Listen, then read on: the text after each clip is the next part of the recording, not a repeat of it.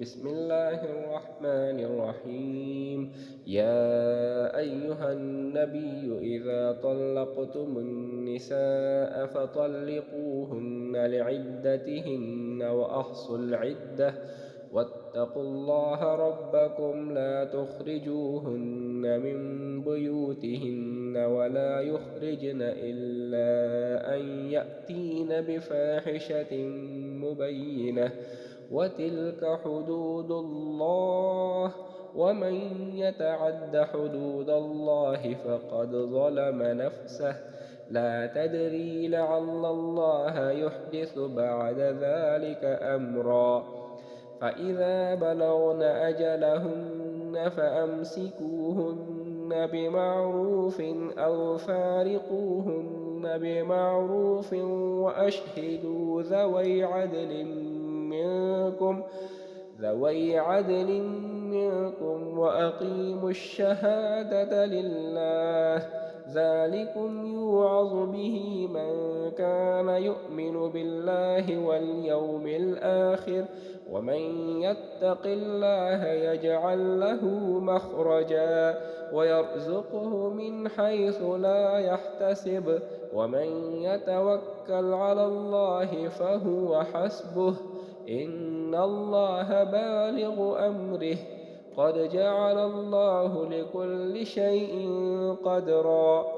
واللائي يئسن من المحيض من نسائكم إن ارتبتم فعدتهن 3 أشهر واللائي لم يحضن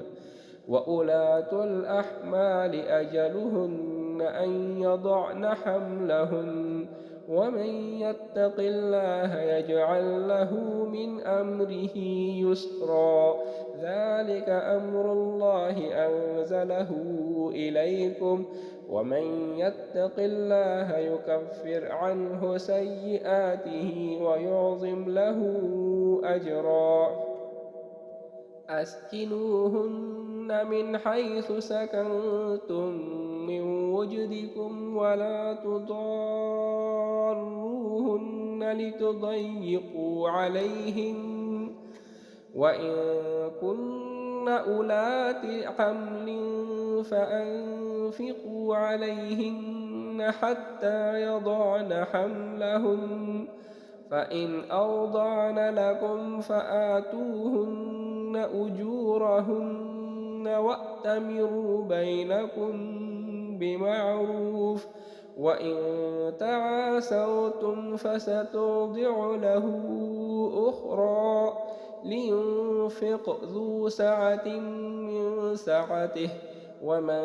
قدر عليه رزقه فلينفق مما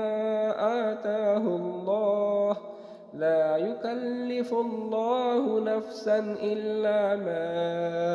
آتاها سيجعل الله بعد عسر يسرا وكأي من قرية عتت عن أمر ربها ورسله فحاسبناها حسابا شديدا وعذبناها عذابا نكرا فذاقت وبال أمرها وكان عاقبة أمرها خسرا أعد الله لهم عذابا شديدا فاتقوا الله يا أولي الألباب الذين آمنوا قد أنزل الله إليكم ذكرا رسولا يتلو عليكم آيات الله مبينات ليخرج الذين آمنوا وعملوا الصالحات من الظلمات إلى النور ومن يؤمن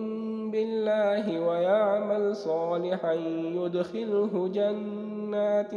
تجري من تحتها الأنهار خالدين فيها أبدا قد أحسن الله له رزقا الله الذي خلق 7 سماوات ومن الأرض مثلهن يتنزل الأمر بينهن لتعلموا أن الله على كل شيء قدير وأن الله قد أحاط بكل شيء علما. صدق الله العظيم.